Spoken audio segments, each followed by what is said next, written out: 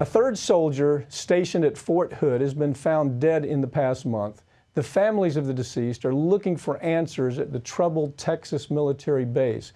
Brigida Santos is here to talk about this. Brigida, we've been through this story. It seemed like we covered a similar story about a year ago. Which soldiers have been found dead over the past month, and what do you know about these cases, and how do they tie together in your estimation?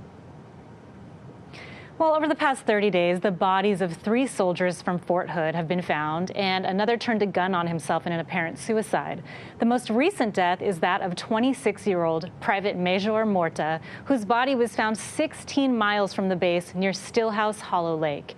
A preliminary autopsy lists drowning as the cause of death, but a full autopsy is pending and an investigation into his death is ongoing.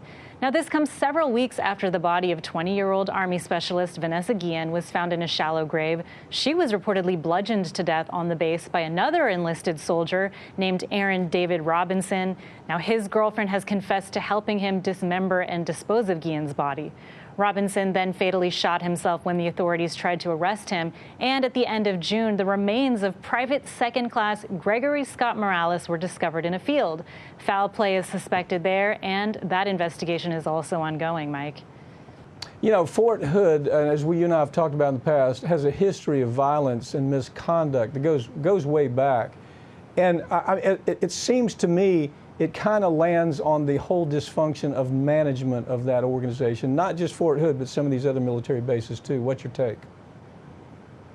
Absolutely. Now, Fort Hood has been the scene of violence and misconduct for decades. Over the years, reporters have documented violent crimes at the base, including aggravated assault, robbery, kidnapping, homicide, rape, attempted rapes, and even child pornography.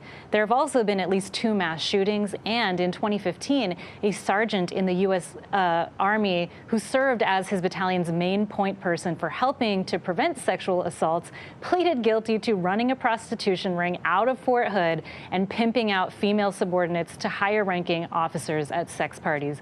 You know, this story is something similar, as you mentioned, to one we covered in the Navy a couple years ago.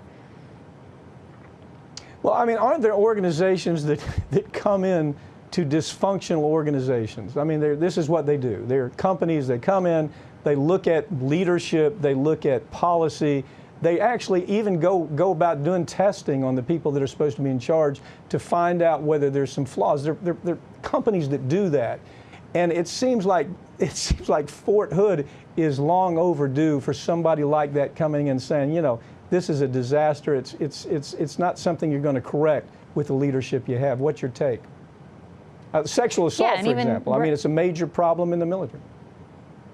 It's a huge problem, and in fact, a grassroots group of female troops and veterans have petitioned Congress to shut down Fort Hood and fire its chain of command because they're not doing what they're supposed to be doing.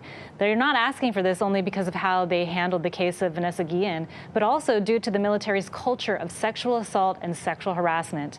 The petition has already received nearly 1 million signatures, and the current and former female service members are seeking justice for Guillen and for all the military women before her who have been murdered and raped with impunity.